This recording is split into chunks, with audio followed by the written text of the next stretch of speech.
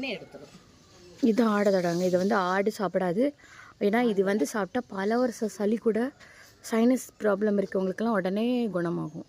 ஏன்னா எங்கள் அம்மா வந்து கிட்டத்தட்ட 20 வருஷமாக டானி குடிச்சிட்டு இருந்தாங்க. அப்போ வந்து இந்த ஆடுதோட இலை அவடைய கஷாயம் போட்டு குடித்த உடனே குணமாயிருச்சு. 20 நாளில் குணமாயிருச்சு. 3 நாள் நல்லா பெருசாக. ஆமாம்.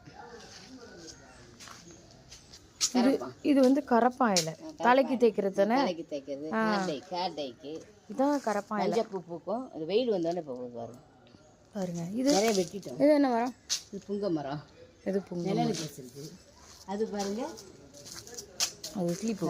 குரோடன்ஸ். அது குரோடன்ஸ் இன்னைக்கு பூத்துருக்காது. அது அதான் குரோடன்ஸ் பூத்துருக்கு. அது சந்தோஷம். செம்பருத்தை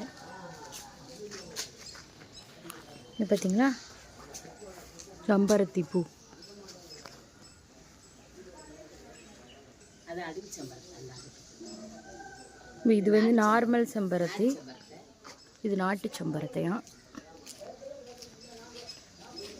சிறுநங்கை கீரை இருக்குது. இந்த சுகருக்கு அது சிறுநங்கை.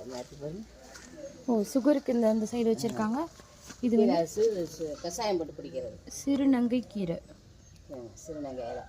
சிறுநங்கை இலை. கீரையை சாப்பிடாது, சூசாட்டம் கசப்பு. இலையை சாப்பிடக்கூட முடியாது, நல்லா கசப்பு.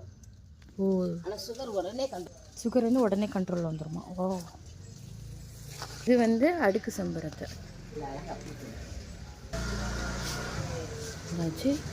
இது பார்த்தீங்க அப்படின்னா அடுக்கு செம்பருத்தை, செம்பருத்தி. ஓ ஓ, அதான் லேயர் வந்திருக்கு.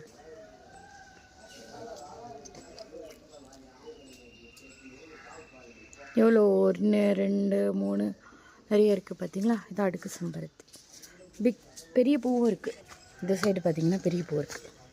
இதோட பெருசாக முளைக்கும்.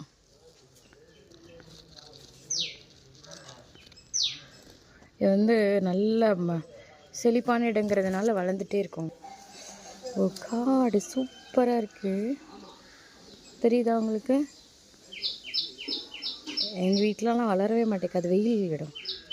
இது பார்த்திங்கன்னா நல்லா வந்து இதனால செம்மையாக வளர்ந்துட்டு இருக்கு ஃப்ரெண்ட்ஸ்.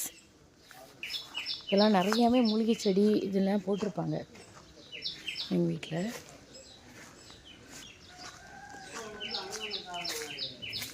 இது வந்து இப்படி இருக்குது பார்த்தீங்களா. புங்க மரம் சொன்னாங்களா, இது ஏதோ சொன்னாங்களே, இதுவும் ஒரு கீரைன்னு நினைக்கிறேன். ஆடு தடம் எல்லாம் ரொம்ப